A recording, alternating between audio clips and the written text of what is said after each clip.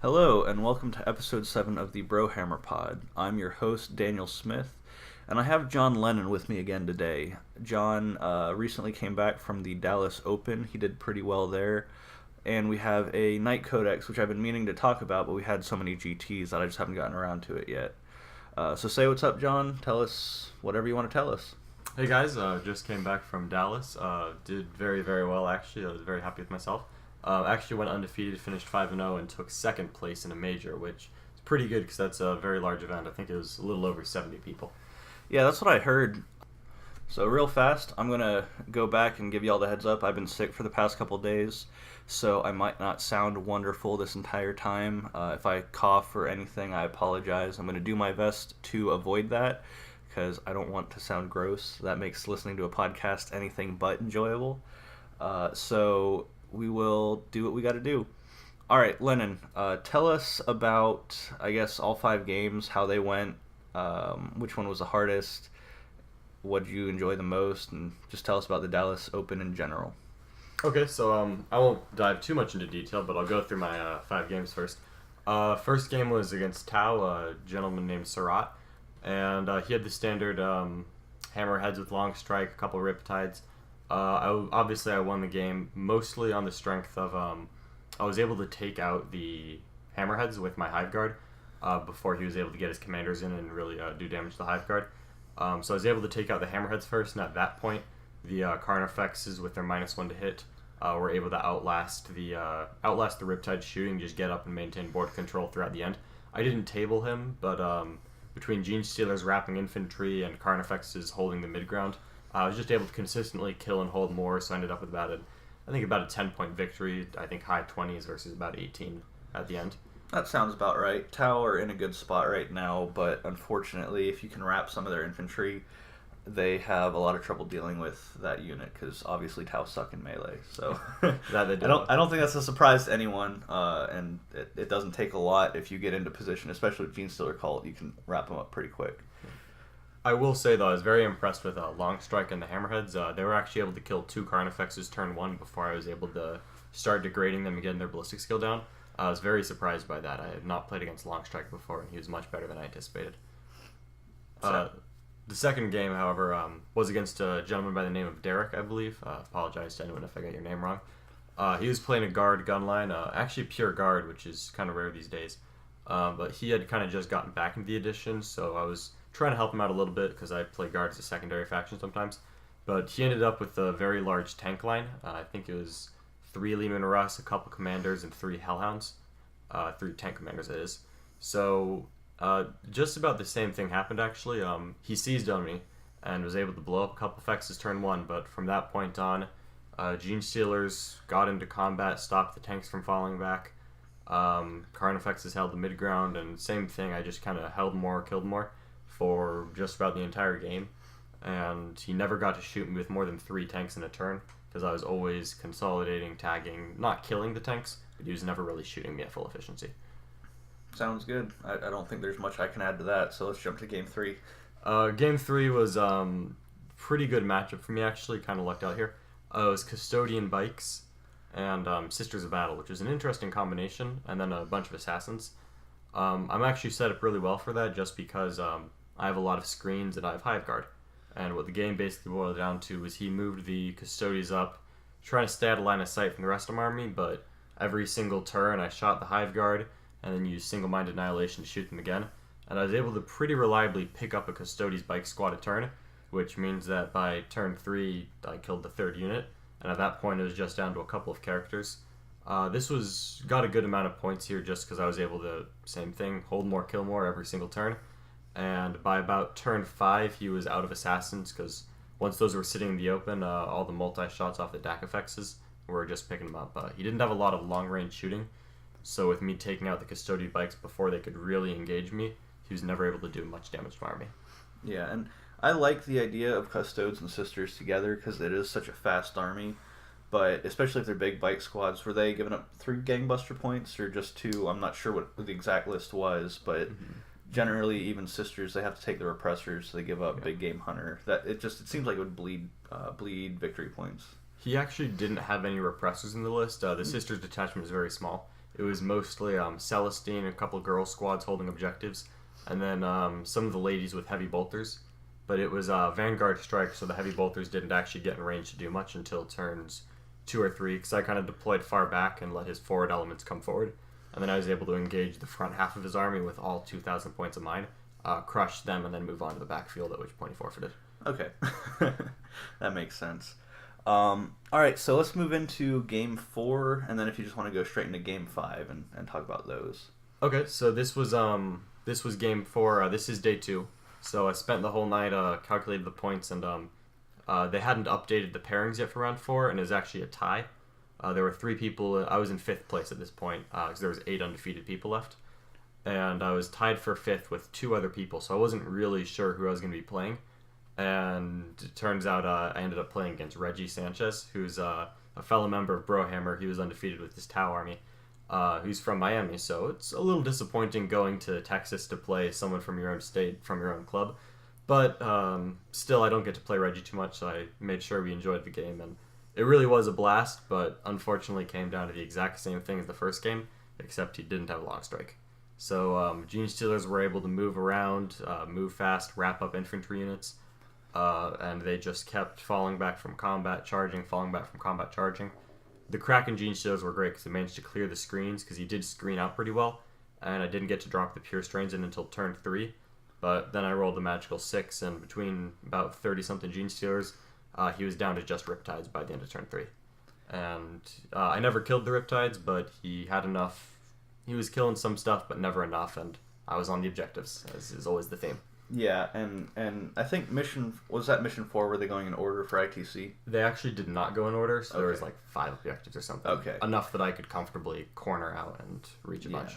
Yeah, and once you win board control against Tau, it's hard, because, I mean, they can kill more, but they'll never really be able to come back and hold more, so you just have to match them and win on secondaries, and that sounds like that's what you did. Mm-hmm. So let's hear about Game 5, the magical last game. So Game 5, 4 undefeated players left.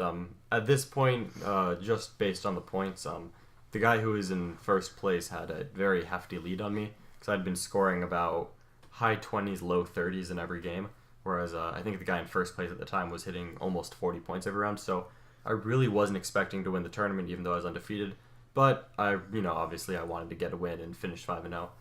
So I was playing against a gentleman named Mike from Texas. I think his last name is De Hoyos. I'm probably butchering the pronunciation. But he had the big bad Eldar, which I'm okay against Eldar, but I actually have not played against Blackheart up until this point, and so he had the dreaded Agents of Ect. Couple key things of that game. I did go first. He didn't even try to seize. Kraken Gene Stealers went up. I was kind of expecting him to Agents of Ect the double advance once he saw how close I was going to be, but he didn't. I think he was saving it to see if I would drop the Pure Strains in that turn, and once he didn't Vect that, I held off so that he didn't have anything to Vect that turn. Wrapped up a Ranger unit, killed the second one, so I was sitting pretty. His turn, he just blew up a Neophyte squad to get a kill unit. The big thing here was that he disembarked the Reapers. I think his plan was to move the Reapers up next to the Rangers, so that when the Rangers died, he could Soul Burst, but he didn't quite get close enough to do that. I think it was because he was in a multi-level building, so he didn't quite get close enough, and therefore he just shot a Neophyte squad and blew them away. But the big thing was that I killed the Rangers in his turn, and then in my turn I put all the Gene Stealers into the Reapers and managed to wipe them out, and I also tagged a Warlock and killed that in the bargain, which got me a Headhunter point, which is always nice. That game, the big thing was that he cornered up and I pinned him in. He had 3 Crimson Hunter Exarchs and he had 3 Ravagers. And at that point, he was able to blow up the Gene Stealers. I Cult Ambushed in the Pure Strains, he Vected them. I rolled a 5 even with 1 dice, which meant I got a charge. Blew up a Venom, because I didn't really get the 6 that I needed to go after the fragile stuff. But it was enough that I kept him in his little table quarter for just about the entire game. And I put 2 units, this was the table quarter deployment. And I put 2 units in a far corner to get behind enemy lines every turn. I got recon every turn, and I sat on more objectives than him every turn. And the final score, the board actually looked really ugly at the end. I think at the end of turn 5, I was down to the Hive Guard squad, which never fired a shot because he was so far in his corner and I wasn't willing to step out because he picked Gangbusters. But I stayed in my corner of the Hive Guard, he stayed in his, and I threw the Genius Throwers at him. And I just got hold more every single turn, ended up winning by a couple, even though I was down to about 300 points models at the end of the game. Yeah, so I actually had a similar game recently where I moved forward, got a big table presence, did all that, scoring a bunch of points, but I couldn't get to his back line because it was a similar situation where they castled up. So about turn 5, I realized if I didn't haul Bud out of there, I was going to get tabled. So I just had to run away, and I mean, I survived, so I won. So that happens sometimes. But let's move into the Knight Codex now, because obviously the Dallas Open was before the Knights Codex, and this Knight Codex will completely change the meta. So going back for just a second, I believe Eldar, it was Venom Spam that won the Dallas Open, correct? And then you got second place. That's correct. With Tyranids Geniuses, they're called. With the Knight Codex coming out, do you think it would have had the same first and second place, or do you think the Knights would stir it up enough to change even that outcome and future outcomes? Really hard to say. It definitely helps the Imperium's case a lot, because Imperium did not have a great showing at Dallas. I think only one army in the top 8. But I think I'm okay against Knights. What's nice is that the Dallas Open had a ton of terrain, which I think that's the only way I beat Knights, is that if there's a lot of ruins and I can kind of restrict where they're moving, I think I have a pretty good shot against Knights just by following my tried and true formula of holding more and killing something.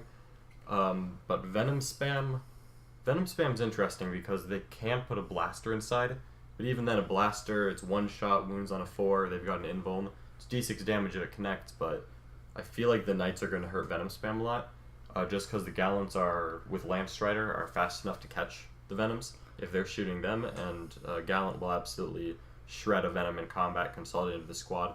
If they're spaced too closely together, you could probably kill 2 Venoms with a Gallant. Yeah, definitely. Are they 8 wounds on the vehicle, or...? Venoms are 6 wounds. 6 wounds. Toughness 5, 4 up armor save. Yeah. They pop really easy if you get them combat. Yeah, so if especially with full tilt, you move 12, advance, plus 2 inches to the advance and charge with the Warlord trait. So if he's not being cagey with the Venoms, you can very easily tag 2, hit him with the fist, and just blow him up and throw him at a 3rd Venom. So that'd be fun. That'd be fun to watch. I'm sure you'd enjoy that. I would. But let's again rewind just a little bit since we're talking about it. Most people by now, if you're interested, you've already read through the Knights Codex. You've seen everything it can do, but that doesn't stop us from talking about it some more. So I've got a favorite Knight. Lennon's got a favorite Knight. They're different.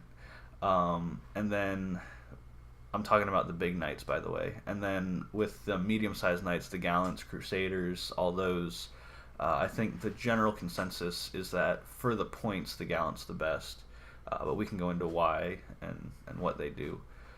So which one do you want to start talking about first? I'll start off with the Castellan. The Castellan's my favorite. One, because it's new, and new is always better. Mostly just because I think that the meta is very much trending into a super heavy direction, where you're not going to see a ton of the mid-range vehicles anymore, other than maybe Riptides, and mostly it's going to be MSU spam or big super heavies. And I really feel that the Castellan kind of tilts that matchup in your favor. I personally prefer the Valiant just because I love the 18-inch flamer. I mean, 3d6 auto hits, strength 7, AP 2, damage 2, with the relic re-rolling, like that's just amazing to me. But I concede that the other gun, the Harpoon, is such a short range that you're really not going to get a lot of mileage out of it. But I think the fact that the Valiant just kind of hits everything in the middle of the field, I mean, it's decent against super heavies, it's good against medium vehicles, light vehicles, it'll shred infantry, it loves killing Primaris Marines. I think it would even be good against Grotesques and the Plague Flies, things that have 4 wounds, because Feel No Pain makes the numbers a little bit skewed, but even still, you should be able to do a lot of damage to multi-wound units, which is why I really like it. But I do concede that the long range, especially with a House Raven Castellan, which I'm not sure how you'd run it, but House Raven being able to move, advance, and fire everything at full ballistic skill with like 80-inch range on some of your guns, 48-inch range on others, like the mobility is definitely there, and it's very versatile. But I love the Valiant because of that stupid flamer. That flamer's so good. As nice as the Valiant is, actually the Gallant is the reason I don't like it so much. Strength 7 -2 damage 2 is a great profile, but it's a little bit too similar to the Gallant, where 3d6 shots auto hit versus 15 attacks hitting on 2s in melee. They both have to get up close, similar durability built in, but the Gallant is over 200 points cheaper, is what it comes down to. So if I'm going to run a Valiant at someone, I would rather run a Gallant at them, pop a CP for full tilt, get in there and do almost as much damage in melee as the Valiant does in shooting. Yeah, and I get that. I just don't love melee in this edition either because of screens. But yeah, screens, buildings, flying things that a Gallant can't charge. There's certainly an argument to be made for the Valiant. It's just not quite there for me. Yeah, and I understand. And what you get with the Castellan, again, is very good, and it'll kill a lot of the things that get in your way. But we also have different play styles, and you also go 5-0 at tournaments, and I go like 3-2. So what do I know? It means nothing. I know.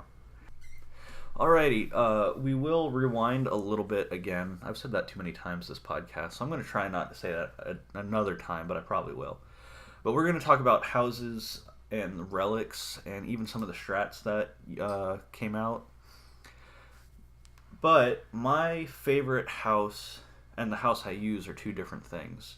My favorite house is definitely House Raven because I love being able to move and advance a super heavy, treat all the weapons as assault weapons, and because it's Titanic, you don't suffer the negative to hit when you advance with assault weapons. Confirmed in the FAQ. That to me is just outstanding because like all the knights carry heavy weapons, and all the heavy weapons are pretty darn good. Like even your heavy stubbers, you can now move, advance, and shoot your heavy stubbers. Like it's just silly how much versatility you get with that. But I run Hawk Shroud because my favorite relic is the Trader's Pyre. I can never say that word. That flamer is so good, and you can only take it on an Imperialis knight, and unfortunately Raven is Questor Mechanicus, not Imperialis. So I run Hawk Shroud, which is probably I'd call it top 3 houses. I wouldn't even call it the second best in my opinion. So basically what Hawk Shroud does is when you're consulting the damage table to see if you've degraded, you double the amount of wounds you have remaining. So it's very hard for someone to degrade your profile. So if they dedicate to a knight, they pretty much have to kill it to make it where it's not useful. So it gives you a lot of staying power, and it keeps your army more efficient, but I still just like Raven better. But let's hear about your favorite house and why. I think Raven is definitely going to emerge as the most popular house, on competitive play at least, just because you want to be Mechanicus for the ability to pop command point and act at your full stat line. But then from the houses, Raven just has the awesome advance ability, and more importantly, they have the strat to reroll 1s on everything, which if you're doing a shooting knight, that's just utterly brutal. Either Crusader or, in my opinion, preferably a Castellan. Either one of those with this stratagem is going to end up just shooting everything off the board. I will say, though, that kind of as a dark horse, maybe isn't going to be played a lot, but I still think is competitive, is House Morton. House Morton is Imperialis, unfortunately, but the main reason I like them is, one, their house trait, +1 to hit on the charge, makes even a Crusader absolutely brutal in close combat because they'll be hitting on 2s. And also for a Gallant, if they degrade, they still hit on 2s until they're down to 6 wounds. So it's kind of a pseudo Hawk Shroud in that way, which I appreciate. But the best part is that for one command point, I believe, House Morton can ignore negatives to hit when shooting. And to me, that's the ultimate screw you, Eldar. Because let's be honest here, as red-blooded Americans, we all hate Eldar. And a Crusader with that top gun that ignores line of sight, the Iron Storm missile. And then if you pop ignore negatives to hit, you can gun down a Hemlock with the battle cannon, Hemlock with the Gatling cannon, put the top missiles into like Reaper unit that's trying to fire and fade behind a wall. You can hit all of that, no negatives to hit, and you can really start to kill those Eldar. Because once you hit them kind of fair without negatives to hit, you're just going to slaughter them with Knight. Yeah. And unfortunately, I don't believe the turret weapon, the missile pod, I don't think it ignores cover, it just ignores line of sight, but it is AP1. So if they're not in cover, you're knocking them down to 4-up saves, damage 2, so even if they have the Feel No Pain power on them, it doesn't matter. you can reliably kill enough Dark Reapers to make it worth it. And if they're not out of line of sight, then they just go away. Like, you just pick them up and they're done. Yeah, and the thing is, since they're often shooting twice, any dead Dark Reapers doubly hurts just because they're just not getting as much weight of fire with the missiles, which at strength 8 versus your toughness 8, they really require in the numbers. If they start getting down to 5 and 6 man units, they're just not going to be doing the damage they need to. Yeah, absolutely. I also like... I forget the name of the house. There's a bunch of good melee houses, because you get the one where you get an additional tack on the charge to your profile. So you can get to 18 stomps with your gallants. And then there's, I believe, House Terran, that you roll an additional d6 when you advance or charge and discard the lowest, and you take that with the Warlord trait. Longstrider? I think... Whatever it's called. Landstrider is the Warlord trait. The reason I don't like Terran is, while getting into melee faster is good, the reason I don't like it is that everyone likes their swing against strat for 3 command points. I'm actually not a fan of that, because I think Knights are so command point starved that you're at best getting that one time. And if you hit a horde with like a Gallant or something that you'd want to pop a swing again, they're going to just pull so many models that you're not going to be in range to swing again. Because most hordes swinging back aren't going to do much. They're not worried about the swing back. They're just going to pull the front wave of models. They're going to be spread out. So you're going to hit there, kill 12 Orc Boys or Gaunts or Cultists. They're going to pull the front 12 guys, and you're not even going to be in range to swing again. And that strat will be wasted. And also, I just don't think that a pure Knight army is going to have enough command points, because I really prefer spending them on defense. I think keeping the Knights alive longer is more important than killing an Orc unit one turn faster. Yeah, I don't disagree either. I think Terran is cool, but again, I like Raven and Hawkshroud the most. And there's a reason for that. Because I agree with you. I think ultimately defense is better, survivability, and when you do take damage, staying on top, which you can do with both the Raven and Hawkshroud in different ways. Both of those are very good. Alright, so having said all that, we will go into kind of how we think you could write some lists with these Knights. For me personally, I like the idea of running a Valiant, a Crusader, a couple Gallants, and then just a cheap guard battalion. The problem with that is there's no psychic defense, and the guard do give up kills easier than Knights do, so you're kind of losing... Like, you're gaining, obviously, 5 command points plus the farm, but you're losing a lot of what makes Knight good, and that is not giving up any kill points hardly. It takes forever to kill one Knight, so at most most armies will only kill 1 unit a turn. So I think the kind of the problem with that approach is, obviously we're talking ITC champion commissions here, while a pure Knight army is going to always get the kill more, or almost always, they're consequently going to lose the hold more. So I don't see that as a massive advantage, because it's just going to keep kind of both of you low scoring. So I don't think it's going to affect the difference too much, or your odds of winning and outscoring the opponent, because as often as you get kill more, they're going to get hold more, it'll offset, and it'll still come down to the same thing as before. I personally think that Knights are going to do best kind of like Blood Angels, where, yeah, you'll see a pure Knight, pure Blood Angel army sneak into the top 8 sometimes, but more often than not, their inclusion in G2 winning lists is going to be as a side effect to guard.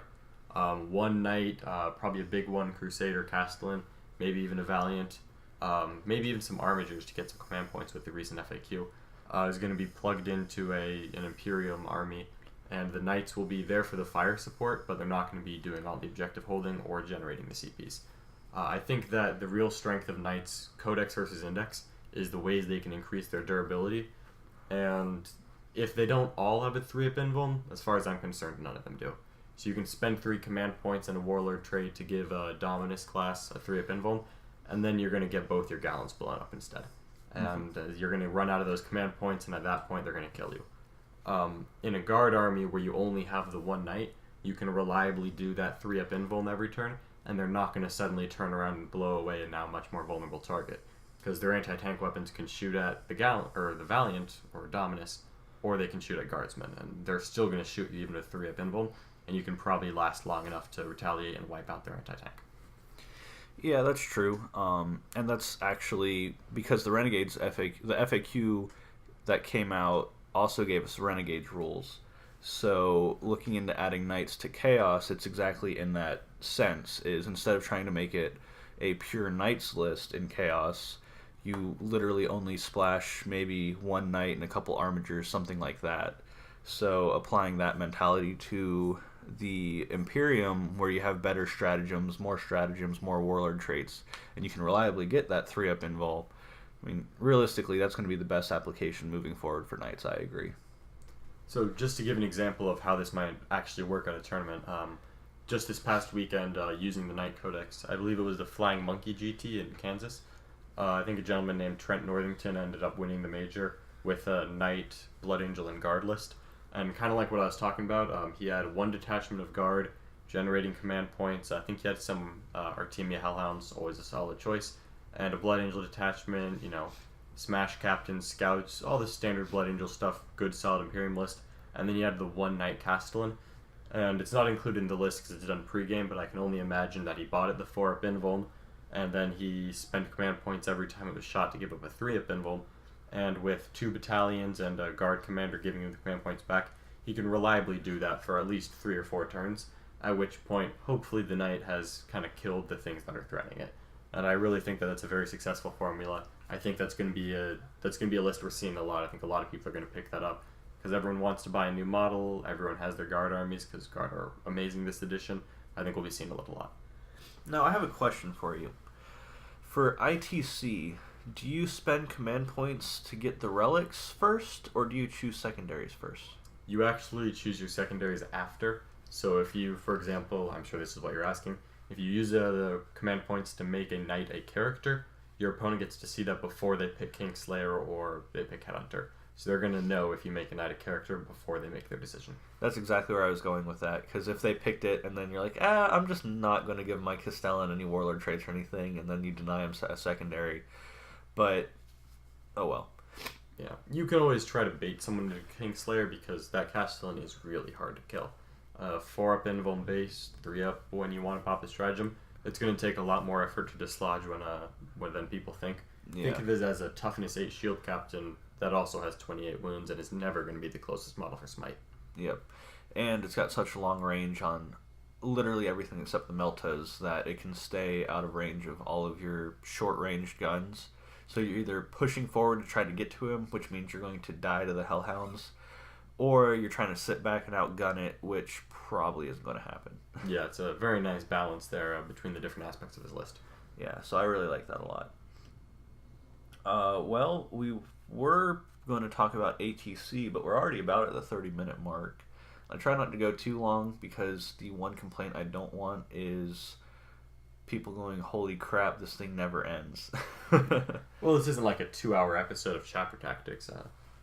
Alrighty, so we were thinking about it, talking about it, but honestly, I'm doing everything I can to not just cough and sneeze all over this mic.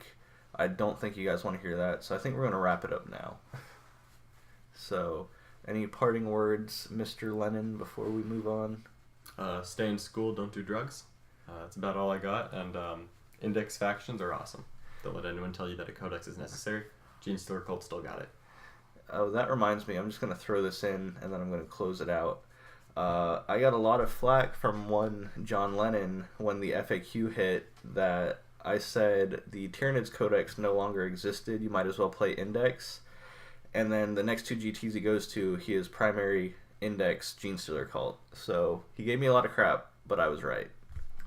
He says that, but it was still a primarily Tyranid army. I've got about 1,300 points of Tyranids, so sure it's ITC Gene Stealer Cult, but I use more Tyranids than not. But, contrary to what he thought after the FAQ, I still think Tyranids are in a fantastic place competitively. Yeah, I don't disagree, and that's maybe something we can discuss in the future. Tyranids are doing fine. They're just not as obvious as they were before, so... I'd agree to that. Alrighty, guys. Appreciate y'all listening. Hope you enjoy it. Leave comments, feedback, and tell me what you think. Alright, guys. We'll see you on the next one.